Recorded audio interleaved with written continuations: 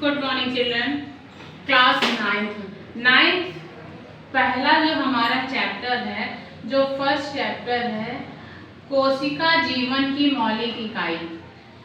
First chapter में first part, second part में हमने सेल के बारे में सारी चीज़ें आपके सामने रखी थी। सेकंड पार्ट में हमने जो उससे बची हुई चीज़ें थी वो रखी थी। उसके बाद हमने आपको प्लांट सेल के बारे में समझाया। फिर आगे नेक्स्ट वीडियो में हमने एनिमल सेल के बारे में बताया। अब आज 9th क्लास का लास्ट पार्ट है, जिसमें जो बची हुई चीज़ें हैं हम उसको आपके सामने लेकर के आए हैं। इसमें से मतलब जो सेल ऑर्गेनल्स हैं, मतलब सेल के जो कोशिकांग हैं, सेल के अंदर जो अंग हैं, हमने स्टार्टिंग में ही बताया था जैसे हमारी बॉडी में बहुत सारे अंग होते हैं, उसी तरीके से सेल के भी बहुत सारे पार्ट्स होते हैं, बहुत सारे अंग होते हैं, और वो जैसे हमारी बॉडी के अंग काम करते हैं उसी तरीके से सेल ऑर्गेनल्स भी लगातार अपना वर्क करते रहते हैं। तो इसमें हमने आपको, जब हम एनिमल सेल पढ़ा रहे थे, तब हमने सभी सेल्स के बारे में, ऑर्गेनल्स के बारे में हमने आपको डिफाइन किया था। लेकिन हम अभी सिर्फ ओनली सेल ऑर्गेनल्स के बारे में आपको डिफाइन करके बताते हैं। जैसे फर्स्ट जो सबसे मोस्ट इम्पॉर्टेंट वर्क है हमारे पास, माइटोकॉन्ड्रिया का। माइटोकॉन्ड्रिया क्या है? माइटोकॉन्ड्रिया, सबसे पहली बात तो माइटोकॉन्ड्रिया इस आकार की होती है, मतलब ये कहीं पर भी सेल में आपको यदि बनी दिखेगी, एनिमल सेल में, प्लांट सेल में, इस शेप में आपको बनी हुई दिखती है। इसमें ये मैट्रिक्स भरा हुआ होता है।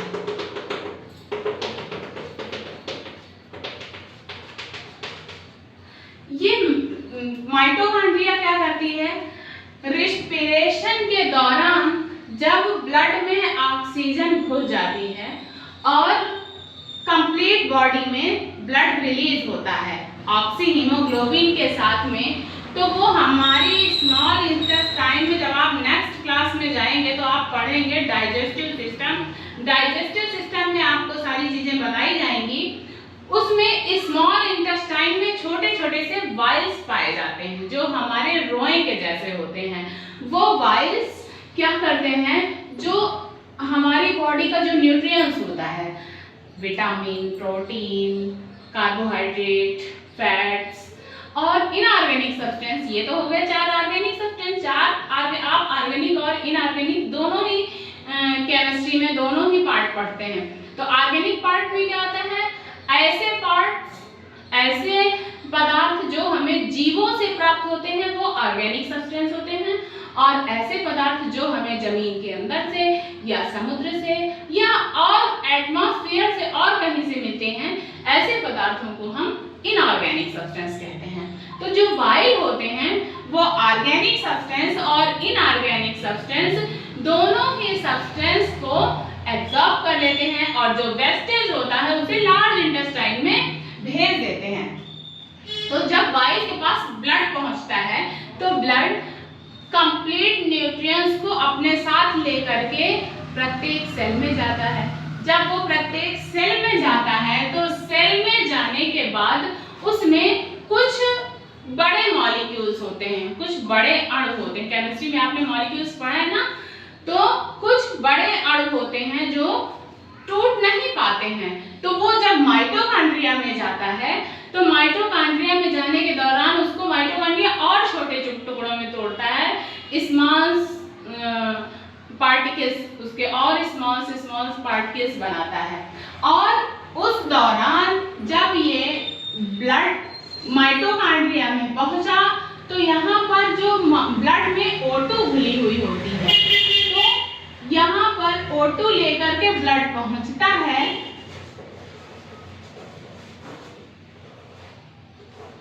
और यहाँ पर ग्लूकोज बनता है। एटीपी का निर्माण होता है और एटीपी ग्लूकोज बनाता है। आप देखते हैं जब ऑक्सीजन लेकर के ब्लड यहाँ पहुंचा, जो बड़े मॉलिक्यूल्स थे वो छोटे छोटे मॉलिक्यूल्स में टूटते हैं और एटीपी का निर्माण होता है और ग्लूकोज बनता है, जिससे ग्लूकोज फॉर्मेशन होता है। और ग्लूकोज फॉर्मेशन के दौरान ये O2 CO2 में कन्वर्ट हो जाता है। होती है और ब्लड उसे लेकर के वापस फिर से हमारे लंग्स से होता हुआ हमारे नोज से O2 को रिलीज करता है। इस प्रकार आपको हम ये भी प्रोसेस बता दिए कि उस O2 CO2 में कैसे कन्वर्ट होती है। हमारे अंदर कोई ऐसी मशीन थोड़ी है कि हम लेके जाएंगे दूसरी चीज और वापस करेंगे दूसरी चीज। हम O2 लेकर के गए और CO2 में उसको कन्वर्ट कर दिए। हमारा ब्लड उसको लेकर के जाता है माइटोकॉन्ड्रिया में। माइटोकॉन्ड्रिया में ये प्रोसेस होती है कि जब O2 CO2 में कन्वर्ट होता है। नेक्स्ट क्लास में आपको रिस्पिरेटरी सिस्टम पढ़ाया जाएगा, उसमें ये सारी चीजें आपको बताई जाएंगी रिस्पिरेटरी सिस्टम के दौरान कि O2 CO2 में कैसे कन्वर्ट होता है। तो इस प्रकार आपको माइटोकॉन्ड्रिया की कंप्लीट प्रोसेस समझ में आ गई। नेक्स्ट है गोल्गी बॉडी। गोल्गी बॉडी क्या काम करती है? गोल्गी बॉडी का काम होता है, सेल एक सेल है तो सेल डिवाइड कैसे होगी।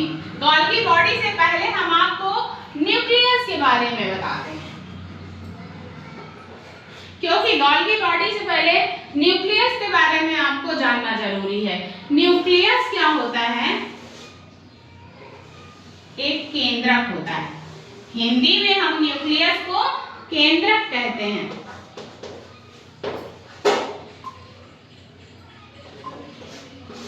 केंद्रक का काम होता है सेल डिवाइडेशन। ये सेल का मेन ऑर्गेनल्स होता है। इसमें लिक्विड भरा हुआ होता है। इस लिक्विड को केंद्रक द्रव्य न्यूक्लियोप्लाज्म कहते हैं। हिंदी में इसको केंद्रक द्रव्य और इंग्लिश में इसको न्यूक्लियोप्लाज्म कहते हैं। इस न्यूक्लियोप्लाज्म में क्रोमैटिन थ्रेड तैरते हैं। साथ ही इसमें ये न्यूक्लियोलस इसका मेन पार्ट होता है। जो न्यूक्लियोलस है, ये न्यूक्लियोलस सेल डिवाइडेशन का वर्क करता है। और सेल डिवाइडेशन कैसे करता है?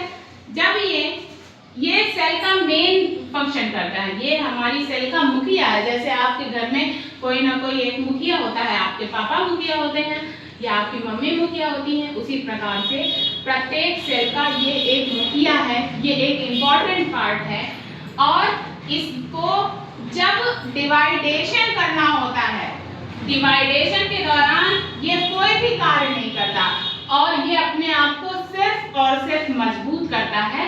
और मजबूत करने के बाद वो इस तरीके से डिवाइड होता है। ये इसकी हो गई फर्स्ट स्टेज। और थोड़ा और पास आते हैं, ये हो गई इनकी सेकेंड स्टेज। और एक कंडीशन ऐसी होती है जब ये दोनों बिल्कुल अलग हो जाते हैं।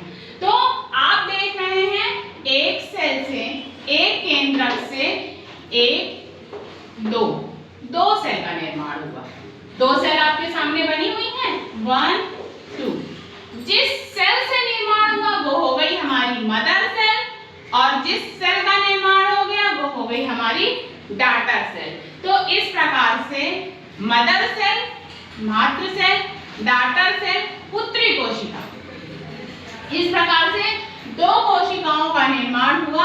और दो कोशिकाओं के निर्माण से 4 से 8, 8 से 16, 16 से 32, इस तरीके से हमारी सेल्स लगातार डेवलप होती जाती हैं और नए नए सेल का निर्माण होता जाता है और हमारी बॉडी का स्ट्रक्चर कंप्लीट होता चला जाता है। तो अभी हमने आपको न्यूक्लियस की संरचना के बारे में बताया है।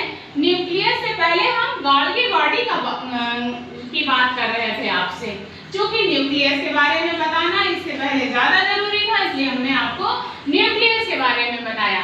जो गोल्गी बॉडी होती है, तो जब ये सेल डिवाइडेशन कर रही होती है, ये न्यूक्लियस डिवाइड हो रहे होते हैं, उस समय ये प्लेट के जैसा स्ट्रक्चर बना लेती है। और प्लेट के जैसा स्ट्रक्चर बनाने के बाद सेल डिवाइडेशन में न्यूक्लियस की मदद करती है। तो इस प्रकार आपको न्यूक्लियस भी समझ में आ गया, गोल्गी बॉडी भी समझ में आ गई। और अब तीसरा है एंडोप्लाज्म रेटिकुलम। ER इसको हमने शॉर्ट फॉर्म में लिख दिया है ER। हमने जो नोट्स डालेंगे हम आपको, हम अपने वीडियो के लास्ट में डिस्क्रिप्शन में नोट्स भी डालेंगे इसके। हमने फंक्शन उसमें लिखे हुए हैं। तो ER हमने इसलिए लिखा है, इसका फुल फॉर्म है एंडोप्लाज्म रेटिकुलम, हिंदी में इसको कहते हैं अंतःप्रदब्बी जालिका। एंडोप्लाज्म रेटिकुलम जो होते हैं राइबोसोम इनमें चिपके हुए होते हैं।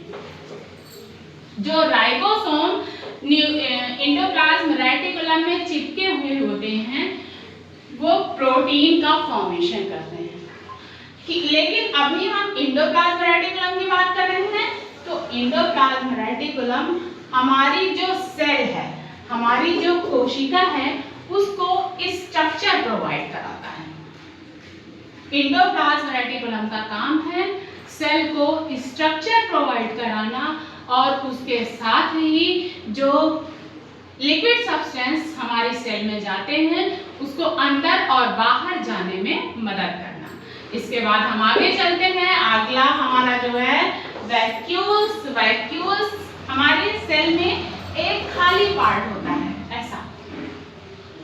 इस पार्ट में क्या होता है, जो शेष बचता है, स्टार्च है, ग्लूकोज है, जो हमारी बॉडी ने यूज नहीं किया, शेष बचता है। ये जैसे वन सेल एनिमल में भी पाया जाता है। अमीबा, वन सेल एनिमल आप जानते हैं अमीबा। जैसे अमीबा में एक कोशिका वाला जीव होता है और उसमें भी ये वैक्यूल पाए जाते हैं। ये अपने अंदर जितना भोजन को लेते हैं यूज कर लेते हैं, उसके बाद जो शेष बचता है भोजन उसको वैक्यूल में कलेक्ट कर देते हैं और दोबारा जरूरत पड़ने पर उसको फिर से यूज कर लेते हैं। जैसे घर में मम्मी जो भी खाना बचता है उसको फ्रिज में रख देती हैं, आपको जब भूख लगती है आप फ्रिज से निकालते हैं और फिर से खा लेते हैं। उसी प्रकार से ये वैक्यूल फंक्शन करता है। जैसे ही सेल को जरूरत पड़ती है एनर्जी की, वो वैक्यूल एनर्जी रिलीज करता है और सेल के पास एनर्जी जाती है। उसके बाद अगला फंक्शन है लाइसोसोम का। जैसे हमारी बॉडी में वेस्टेज होते हैं, हम कुछ भी खाते हैं तो हमारी बॉडी में वेस्टेज तैयार होता है ना। भोजन आमाशय में जाता है, स्टमक में जाता है, उसके बाद स्मॉल इंटेस्टाइन में जाता है, स्मॉल इंटेस्टाइन में उसका डाइजेशन होता है और वो लार्ज इंटेस्टाइन में रिलीज कर दिया जाता है। उसी तरह से लाइसोसोम रिलीज नहीं करता है। लाइसोसोम सेल का जो कंप्लीट वेस्टेज होता है उसको अपने में कलेक्ट कर लेता है और उसको अपना फूड समझ के खा जाता है। मतलब लाइसोसोम का क्या काम है, सेल के वेस्टेज को एब्जॉर्ब कर लेना। लेकिन कई बार ऐसा होता है जब लाइसोसोम फट जाता है तो लाइसोसोम के फट जाने से जितना भी वेस्टेज होता है वो सारा वेस्टेज सेल में फैल जाता है और वो एक जहरीला सब्सटेंस बना देता है। इसी वजह से इसको सुसाइड बैग भी कहते हैं, इसको आत्महत्या की थैली भी कहते हैं। हिंदी में आत्महत्या की थैली और इंग्लिश में सुसाइड बैग कहते हैं। ये क्वेश्चन निश्चित रूप से कॉम्पिटिटिव एग्जाम में भी पूछा जाता है और ऐसे भी मल्टीपल चॉइस क्वेश्चन में भी पूछ सकते हैं और क्वेश्चन आ सकता है कि सुसाइड बैग किसे कहते हैं, तो आपका आंसर होना चाहिए लाइसोसोम। उसके बाद हम आगे चलते हैं, राइबोसोम की तरफ बात आती है हमारी। तो राइबोसोम क्या करता है, राइबोसोम प्रोटीन फॉर्मेशन का वर्क करता है। राइबोसोम आरबीसी का एक पार्ट है। आगे चल के हम आपको डीएनए और आरएनए पढ़ाएंगे जो हमारे सेल में पाए जाते हैं और जेनेटिक सब्सटेंस होते हैं डीएनए और आरएनए। ये जेनेटिक सब्सटेंस का थर्ड पार्ट होता है राइबोसोम जो प्रोटीन फॉर्मेशन करता है। प्रोटीन फॉर्मेशन के दौरान ये कंप्लीट सेल में प्रोटीन की मात्रा को पूरा करता है, भरपाई करता है। और ये दो प्रकार के होते हैं, 70S और 80S। 70S थोड़े छोटे होते हैं और 80S थोड़े बड़े होते हैं। तो इस प्रकार से हमने एनिमल सेल के सारे ऑर्गेनल्स आपको पढ़ा दिए, लेकिन प्लांट सेल का एक ऑर्गेनल्स बचा हुआ है, इसे क्या कहते हैं, प्लास्टिड। प्लास्टिड मीन्स लवक होता है जो ओनली प्लांट सेल में पाया जाता है। एनिमल सेल में प्लास्टिड नहीं पाए जाते, हिंदी में इन्हें लवक कहते हैं। ये लवक प्लांट्स में पाए जाते हैं और ये 3 प्रकार के होते हैं,